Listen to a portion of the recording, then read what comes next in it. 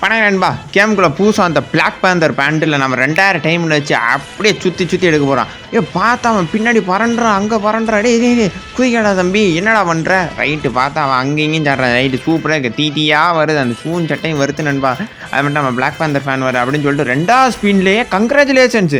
என்னன்னு பார்த்தா இந்த பூனை அமௌண்ட்டு போய் புளிக்கு குடிக்கிங்களா அப்படின்னு சொல்லிட்டு அதை தள்ளி விட்டுட்டு அடுத்து ஒரு கொஞ்சமாக ஸ்பின்னை போடுவேன். ஸ்பின்னை போட்டேன், அதுலேயும் ஒன்றும் கிடைக்கல.